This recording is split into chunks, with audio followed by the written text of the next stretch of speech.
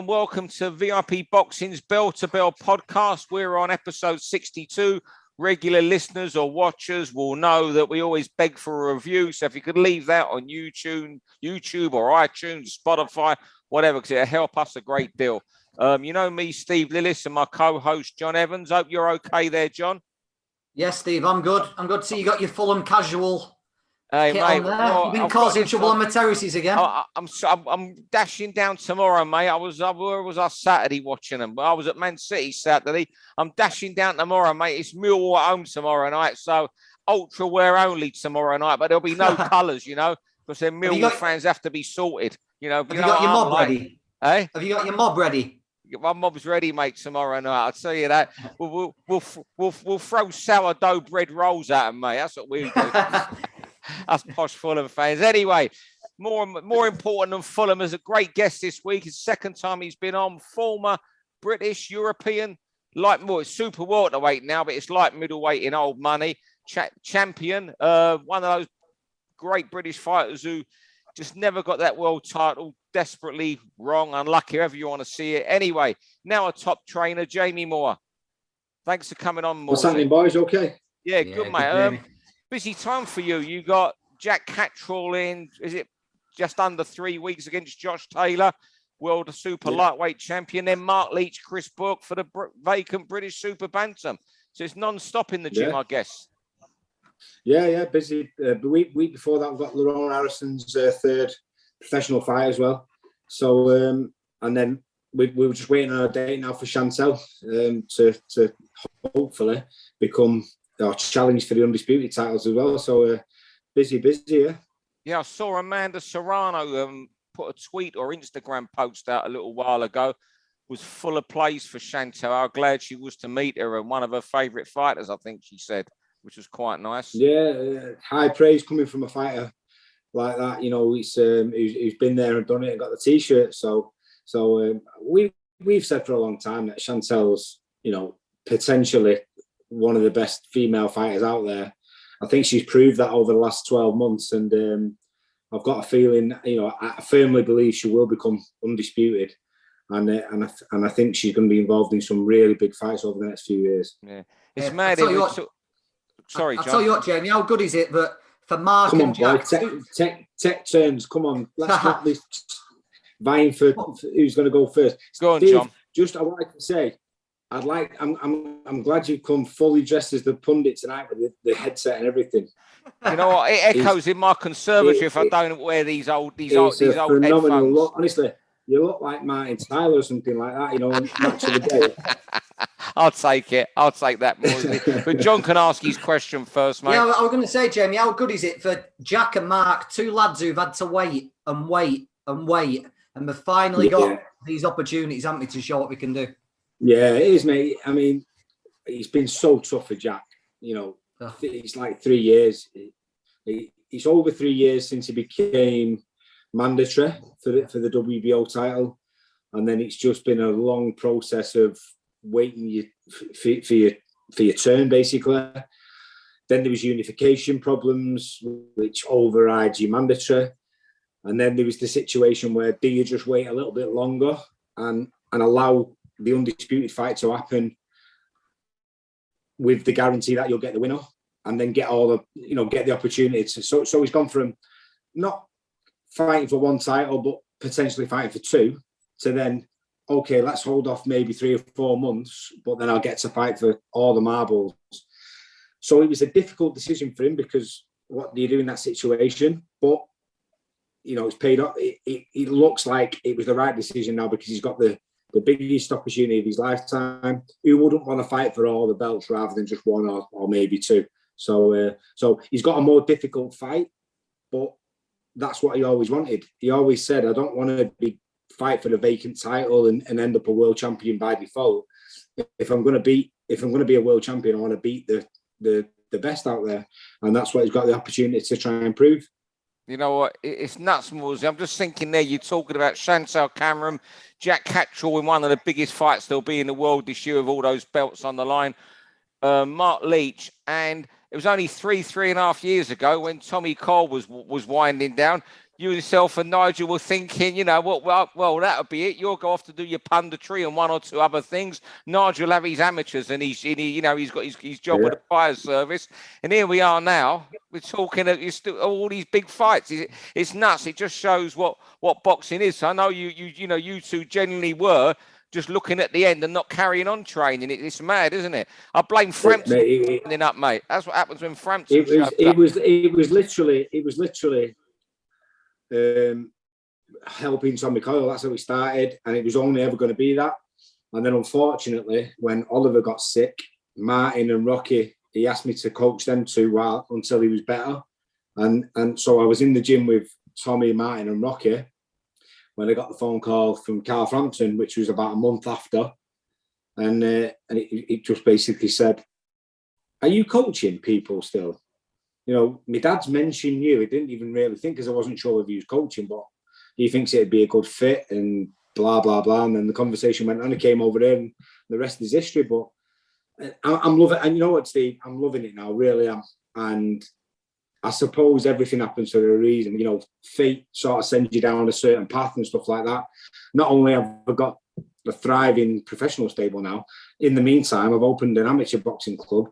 And we've got like 25 carded boxes over the last 12 months. And we had our first show last week. So it's just chaotic at the moment. There's so much going on, but I wouldn't have it any other way.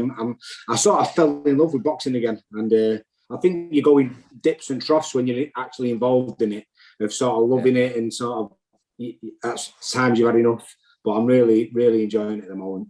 That's brilliant. And it's great. I think it's great you're training, haven't been lost to it, because you made an impact on your fighters with their results, and you could make an even bigger impact over the next few weeks yourself and Nigel. I can't forget Nigel will be on my case. No, of course, mate. You guys might know the answer to this, but we were talking about it yesterday. We've got Jack fighting for the Undisputed and Chantel in a month or two or whenever fighting for the Undisputed.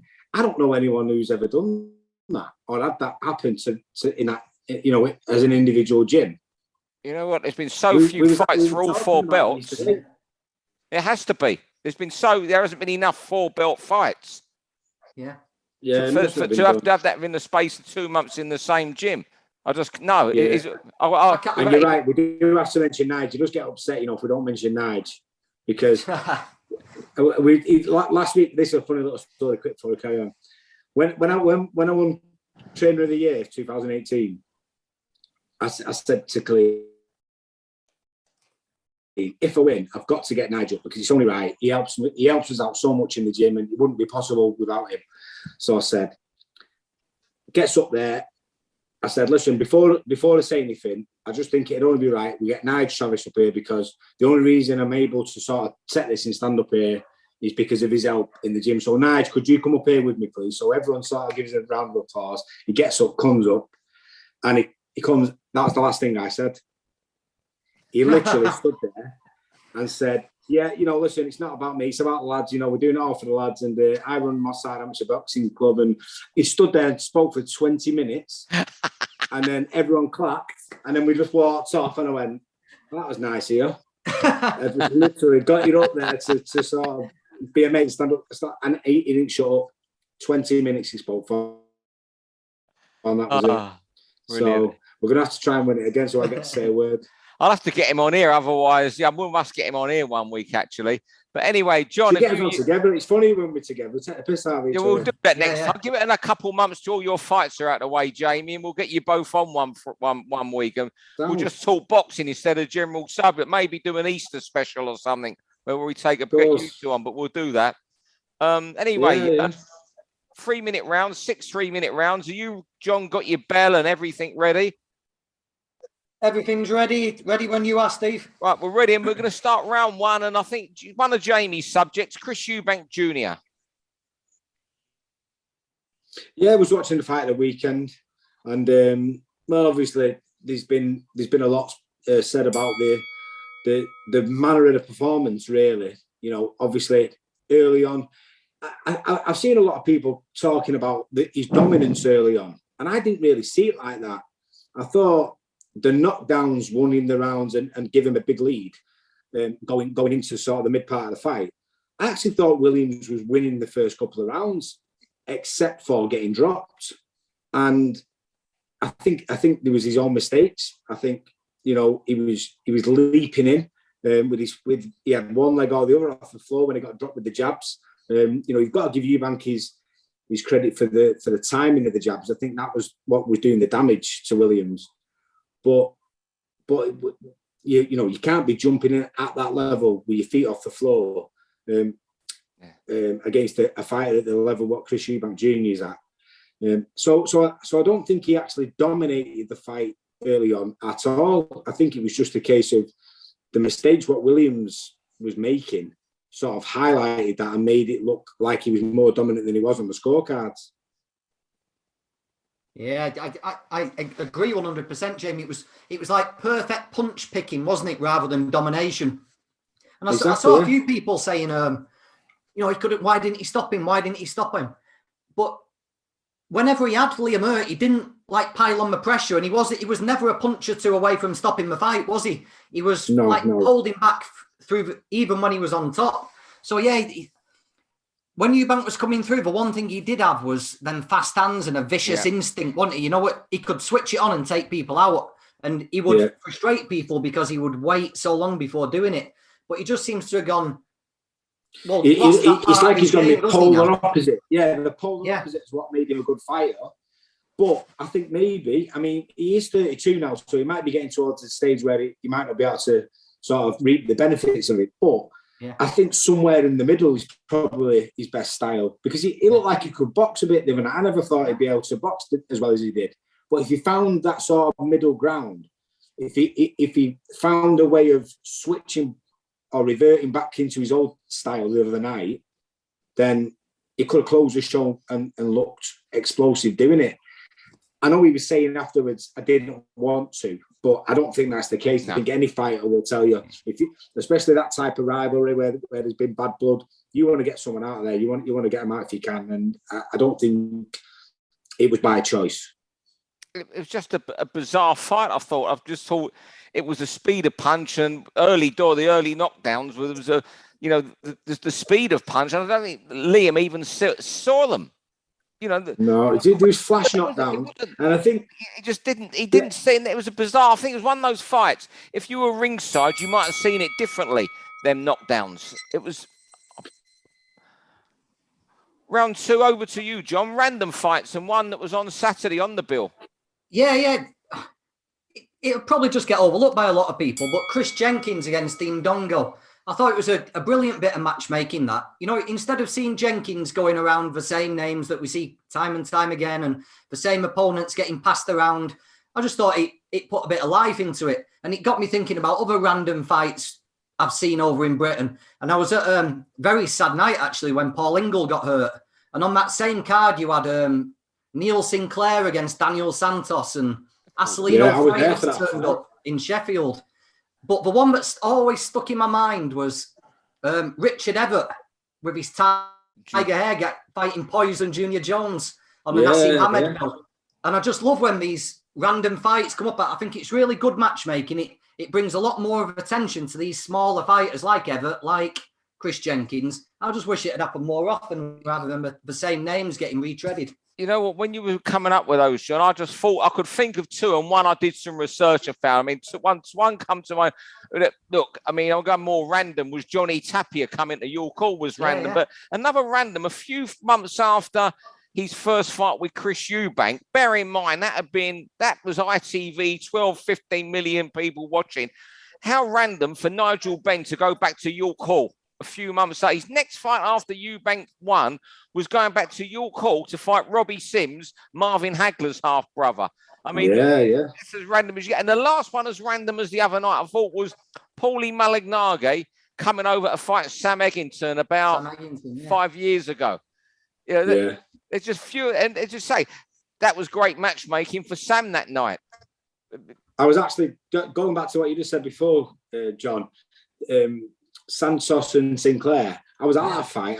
I think I just turned pro. I was there as a fan, and Acelino Freitas was on the bill as well. Yeah. You remember him at the time?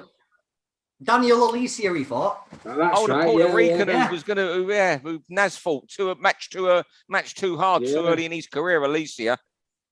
But Jamie, do the fighters in the gym get like that added extra spark when they get one of these old names from, a well-known name gets suggested to them rather than a run-of-the-mill opponent? Yeah, I think the butterflies definitely get going, especially if it's that sort of, I'd say maybe 10 to 15 years age difference, where if you've been growing up watching it on TV and that fighter was somebody you enjoyed watching, and then all of a sudden, potentially you're looking at me getting matched with them, it's like, even though they're on the slide, it's sort of like those inbuilt sort of neurological pathways always lead you back to them in their peak. Do you know what I mean? So you'd always have those nerves. I just think it's sad. I don't like seeing throwback fights like that.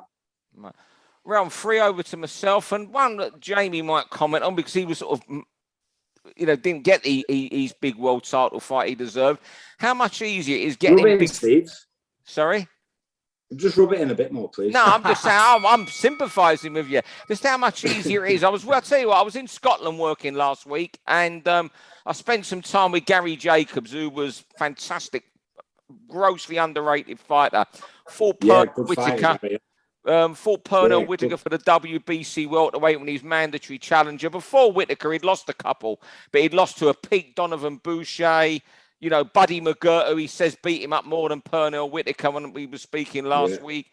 And I think he had a freak loss to Mickey Hughes. I was there at York Hall where he won 9.5 rounds and got taken out with one shot when he was home and dry. But anyway, he deserved his chance against Pernell Whitaker, won the European title in France against Ludovic Proto. Can't remember the exact name anyway. But anyway, we were talking about getting easier chances. And you know what? And what was great, a lot of boxers talk about this and they're quite bitter about the chances. But Gary was comparing himself and saying older fighters like him shouldn't criticize these guys getting all these opportunities because they're getting more money now. You should be glad for them.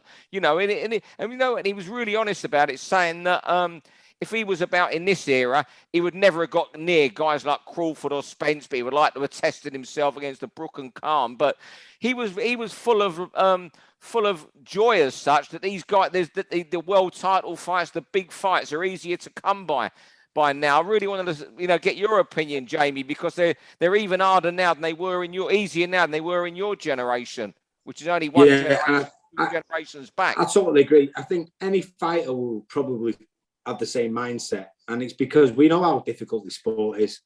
So why would you begrudge somebody getting an opportunity?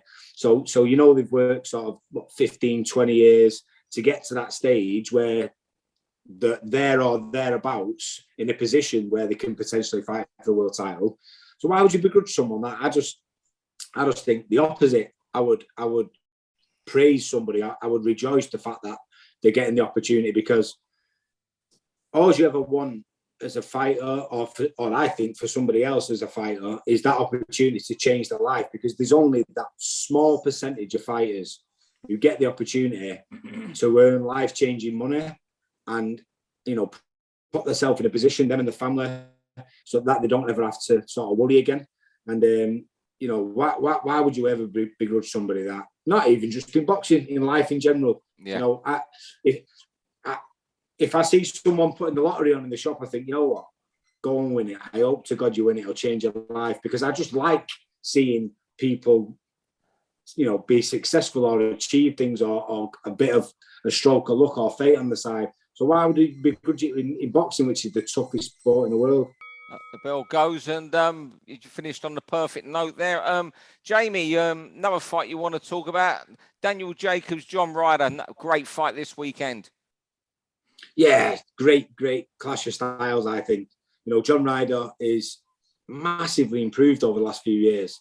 I think he's really come into his own. I think when he first moved up to super middleweight, I was sort of unsure whether he'd be big enough to compete at that weight, but I think it's been the best move for him.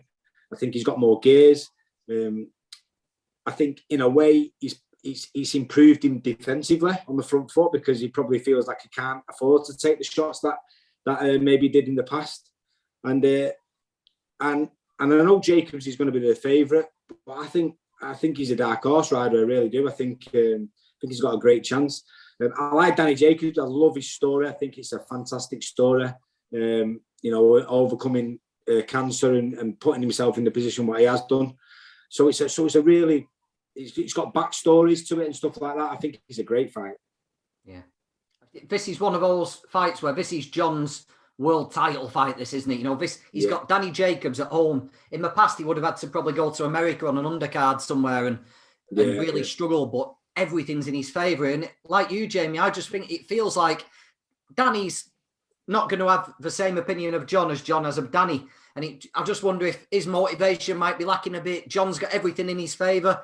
And I just wonder if it could be where the two paths cross and John, with a performance of his life, can pull this out. I'm looking forward to it. I can't wait for it. I think Danny's a bit more mobile than someone like Callum. But Callum was a bigger puncher, I'd say. But you see what John Ryder did with Callum Smith. He pushed him to the wire. Yeah. So there's no reason why he can't do that with Danny, even though they're slightly different styles. So it's an intriguing fight, really is. Yeah, I don't think Danny's has shown he's the force he was at super middleweight, particularly against Rosado. But, you know, you still think that John has still got to find something a little bit extra, a little bit more than even the Callum Smith fight to come through on that. But you know what? It's stacked in his favour. He's at home. He had a fight last year. I think Danny Jacobs has had 15, 16 months out. So, look, it's stacked in his favour. But I still think he's got to find something. But it's like Khan Brook next week. It's one of those fights you can't tip with any great conviction, I don't think. And they're the sort of fights we want. It's been a brilliant start to the year for fights. Oh, well. Round 5, John, I think you might talk for 3 minutes on this, your topic here. Stevenson Valdez, this is your tell you what, talk about a good start to the year. Steve, I don't think it's signed yet. Although I think we're just waiting for Shakur to sign, and he definitely will, won't he? Shakur was the one who was calling for this fight. I can't wait for this one. Shakur Stevenson against Oscar Valdez. As long as Oscar stays away from his herbal tea and we don't get any funny tests, then it's going to go on, isn't it? And you've got Valdez coming off that Burchell performance where he was brilliant all the way through and one of the knockouts of the year, although there may be a bit of a cloud over it now. But Shakur just looks like could be an elite fighter. Maybe not got the fireworks of someone like a Javonte Davis maybe or something, but as an all-round fighter, he just looks unflappable. His distance is perfect. His style's great. I think Shakur could be really one to watch over the next, well, obviously one to watch, but one to dominate the sport over the next decade. I think the main thing, John... Jamel Herring, Jamie, you know how awkward Jamel is, and the way Shakur dealt with him was crazy, wasn't it? Of course, that's what I was just going to say. I think one of the main things, one of the most impressive things about him is his age. Yeah. You know, he's so young and he's so talented. He's huge. You know, he's moved up from featherweight and he's huge for a super featherweight. So I think for him to be so well developed and has achieved so much at this stage, he looks to me like somebody who will probably go to welterweight, you know, and still be there or thereabouts in terms of achievement and capability, because you know his skill set, he's only going to improve and get better against the guys he's fighting. So he'll be around for another 10 years and he'll be on the scene. I think he'll be involved in some huge fights. He's not my cup of tea, I've got to be honest with you. I don't really like the way he the bravado and the antagonism what he gives people, but that's just my personal point of view. As a fighter, he's phenomenal. He really, really is.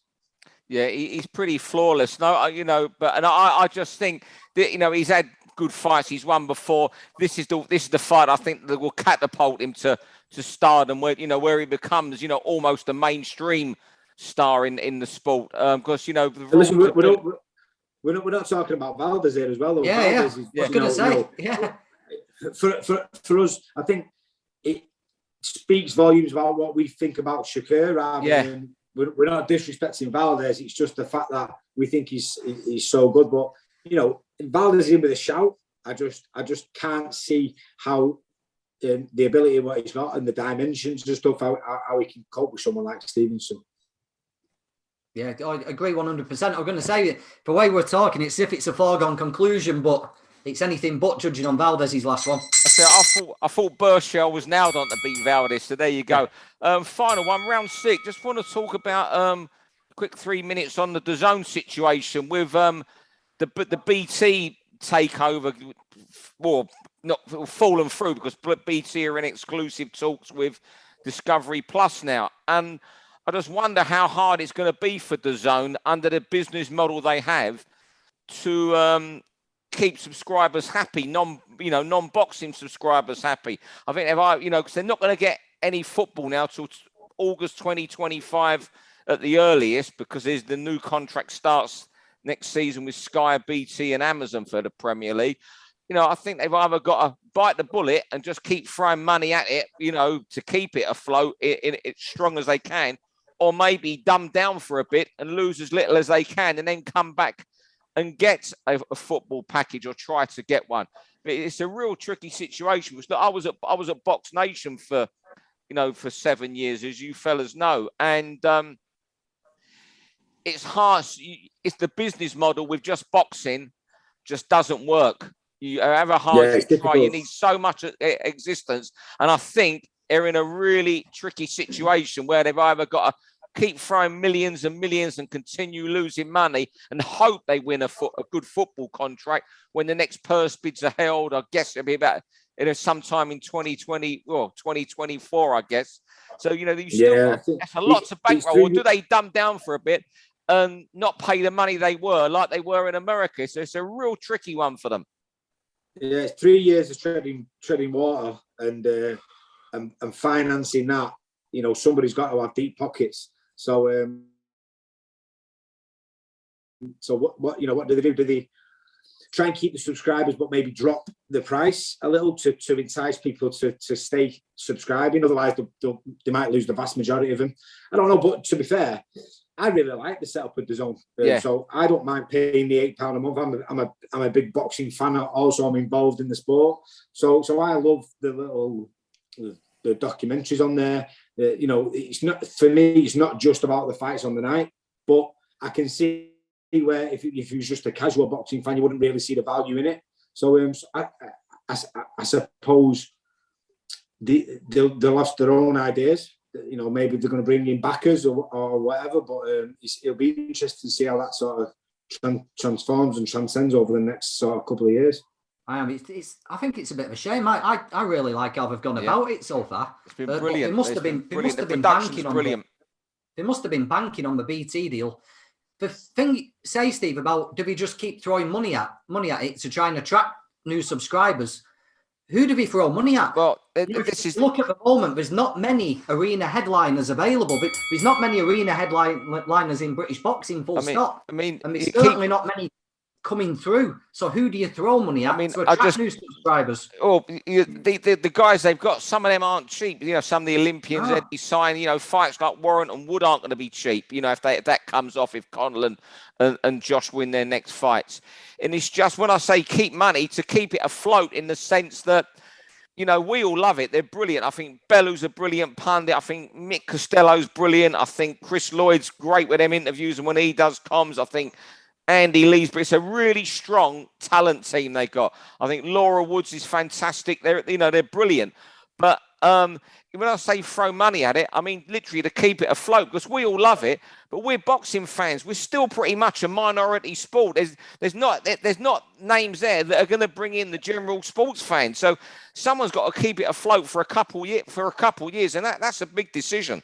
Well, it's talented fighters like a Coley and stuff like that. We know how good a Coley is. He might be the best cruiserweight in the world, but one of the guys who works with me isn't going to subscribe to DAZN to watch Lawrence Okoli defend a WBO title. You need those names, and I just can't see who they could attract at the minute who can attract that. I mean, and if floating voters, it's a real tricky one. I just hope they come through, because, as you say, they've been brilliant. Them little films they make, but that Morsey was on about, are absolutely top draw. I mean, the production team and the cameraman they got won't come cheap either, because it's top draw stuff. But it's not, Sky, BT aren't boxing channels; they're general sports channels, so they can they get the the money from them. But it's going to be really fascinating to see what happens over the next few months with them and what path they go down. The other thing is as well, there, boys. The general sports channels where we all, you know, history or the past sort of 20 years, they brought fighters through, and that's how you get your superstars. Yes. Yeah, you said it. Yeah, doing it off a boxing only platform online. Yeah. How do you create superstars or attract in fans, make fans of boxing without actually it being on mainstream TV? I don't understand how that would work. I know it's still there in the form of Sky, but they're not going to want to just be a conveyor belt for them to get to a certain stage and then go, okay, off you pop to DAZN. So, you know, thinking in a long-term sort of way, how is that going to sort of manage the next generation? How did DAZN go, okay, we're going to make superstars out of these kids coming through without, you know, normal subscription-based TV like Sky or BT or even terrestrial TV.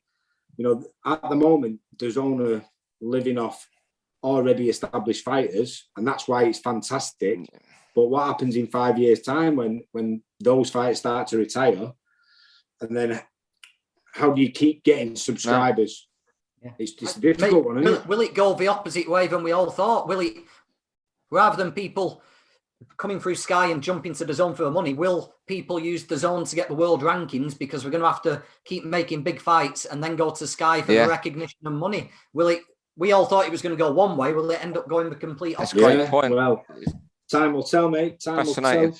Well, anyway, fellas, we're running out. We've got 3 minutes left on the clock here anyway, but we're well over time there. But Jamie, I know you've been busy, and thanks for coming on tonight. Really kind of you to afford us some time. And John, as always, thanks very much, and thanks everyone for listening. For all boxing info, news, and latest interviews, amateur and pro across the north, click and subscribe. VIP Boxing Promotions. Also, Twitter, Instagram, and Facebook.